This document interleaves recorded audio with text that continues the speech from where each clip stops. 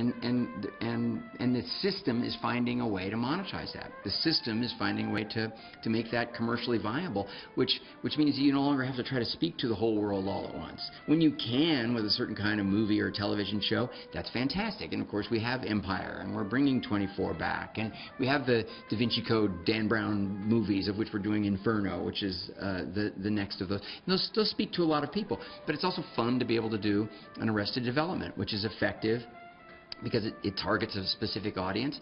It worked on TV okay. It was well loved, and Ted Sarandos and Netflix knew that it spoke to their audience in a particular way, brought it back. That was a fantastic creative thing for us, and we hope to do more. So what do you think resonates with audiences now? I feel like at one point the big studios were saying, look, we can't afford these big blockbusters anymore. And then they started doing, smaller, lower budget. What's resonating now, and what's really realistic?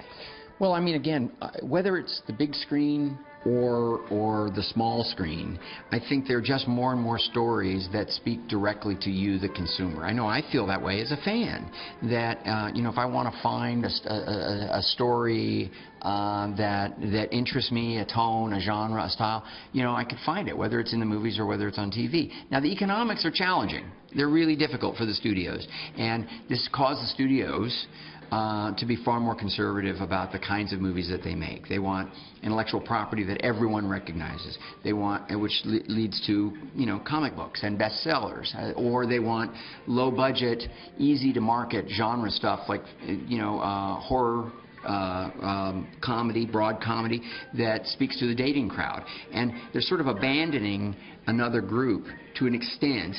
But then, new companies are forming all the time to fill that gap, and those movies are still finding a way to get made. And of course, television just keeps becoming more and more exciting as a creative medium, and that line between movies and television is just blurring. There's no more snobbery about it. If you're a creative person and the show belongs on television, the idea belongs on television, you're thrilled to go there if that's the place you can make it and fully flesh it out. Still, movies are exciting to work on, and of course, and continuing to have a place in the market. But do you think about how someone's going to watch the film when you're actually deciding what film to make? Will you say, well, they're going to watch this on their iPhone, they're going to watch this on the big screen, when you're actually deciding what to put together? Well, it's what medium is this story going to work for? Does this live in the digital world? Is this short form content?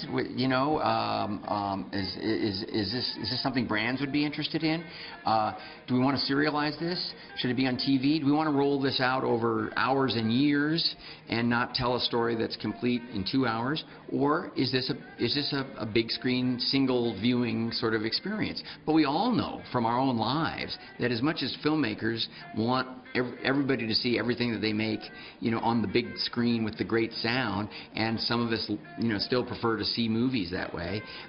That's not the majority instance anymore ever. It's always more people see it in the ancillary markets than they ever see it on the big screen. But still, I think that's a medium that people love, and it's not going to go away. It's just like, look, vaudeville died as a business, but did that kind of performance go away?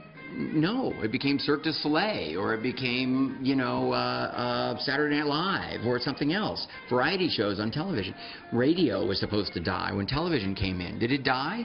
No, it changed, it shifted, it found its audience. Movies were supposed to die when cable came in, and then VCRs came in, and then DVDs came in, and they haven't died. So storytelling is something we yearn for, we love.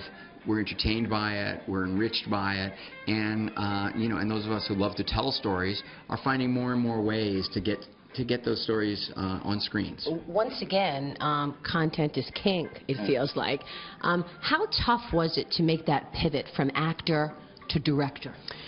Well, when I did it, it was very unusual, and particularly to be a kid coming off sitcoms. I mean, I directed my first movie when I was 23, so as far as everyone was concerned, I was a kid. Is that when you worked with Betty Davis? Well, Betty Davis was a couple of years later. She was tough. She challenged me because she was like, who is this guy from the sitcom, trying to tell me what to do?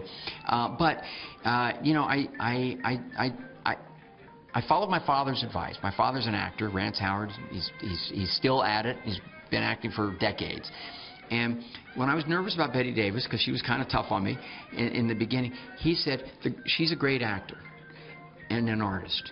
And in their heart of hearts, any artist of that caliber knows they need direction. They want it.